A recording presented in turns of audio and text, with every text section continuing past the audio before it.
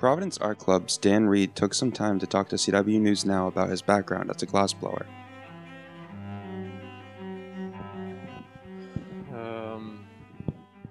That's a tough one. It's the coolest thing I've ever done. It's a whole lot of fun. And I used to be a potter before I got involved with making glass. A potter, yeah, it's potter's wheel. This made pottery boring.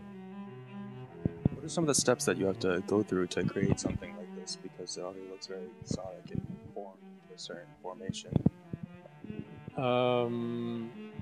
There are the traditional glass blowing techniques. They're 2,000 years old. When I first start off and gather a gob of goo, it's really, really soft. It's very fluid and it can droop and draw in. And do you already have an idea in your head when you have that glob of glue in your hands? Yes, very clear image of what I want to make. I don't always get there. But like I said, I get burned every day. And if you're cooking, you get burned as well.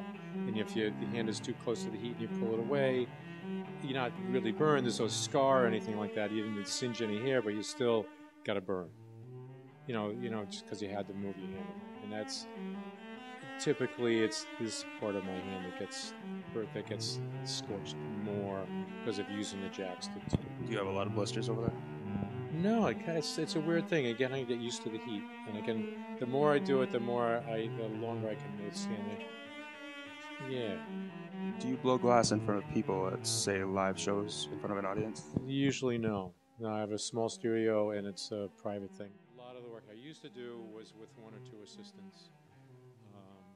But nowadays, most of everything I do is solitary. How long ago did you make the transition from being like a potter to a glass blower? 38 years. So a lot of the pieces evolve. There are pieces that the tangos. This aquatic tango evolved from the other aquatic tango with the silver lines on it, and that evolved. That was inspired by a woman in a tight dress, and the part of the torso from the waist to the knee, and that line of the thigh and the hip is kind of the feeling that I wanted to get with them. Can you describe a real life situation that just kind of inspired you to create something awesome? Really, truly original works come from dreams or accidents. That everything else is stolen. Being inspired by someone or something, or a flower or a butterfly, is stealing from God. And I've seen Chihuly's work. I used to work for him, and there are pieces that he's made that have really inspired me, but it's still stealing. I do remember waking up from a dream as I was closing a glass door and leaving a gallery to step onto Madison Avenue.